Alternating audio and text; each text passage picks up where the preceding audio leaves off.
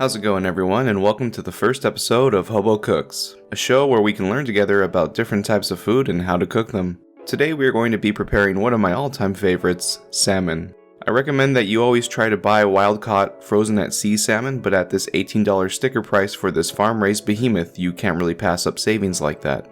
Since typically you would be paying $18 for one serving of salmon at a restaurant, this is a steal. The first thing you want to do after letting the salmon thaw overnight in your fridge is thoroughly rinse your fillet. This is going to remove any slimy residue that the fish has gotten in its airtight packaging and will make the taste of the salmon more pure. Then onto a cutting board layered with paper towels, we are going to really do our best to pat dry the salmon so we can get a crispier skin when we cook it in our cast iron skillet.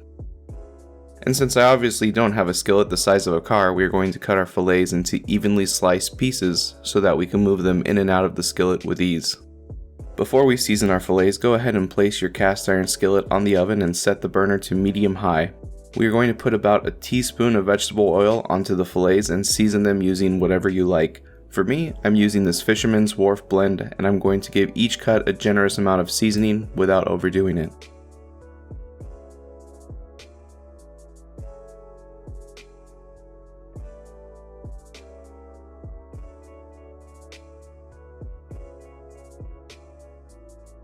After your skillet has been heating up for about 8 to 10 minutes, we are going to place 2 fillets in the pan, skin side up.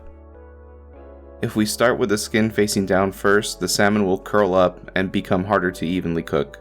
We are going to let our fish sit like this undisturbed for 4 to 5 minutes to develop a nice outer crust. While it is still skin side up, we are going to oil and season the other side of the fish. After 4 to 5 minutes, we carefully flip each piece over so it is skin side down, and then lower the heat to medium to let them finish off for another 4 to 5 minutes. After the time has passed, check the skin of the fish to ensure it is as you like, and then remove from the heat and repeat the process.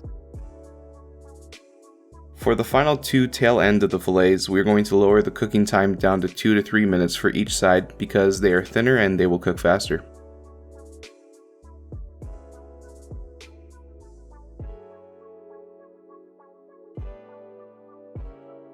After the whole thing is said and done, you can serve your salmon with a garnish of lemon or alongside a plate of rice and mixed vegetables. As for myself, I have enough fish for every day of the week, so I will enjoy this piece straight up and fresh. I hope this video has made this whole process easy and simple for you to understand and instilled some confidence in you to start incorporating salmon into your daily meals. And if you did find it helpful, I would really appreciate if you subscribe to the channel for more, and if you have any ideas or suggestions on something you want to see me cook, leave them in the comments below. I'm always looking to try new things. Until next time, stay hungry.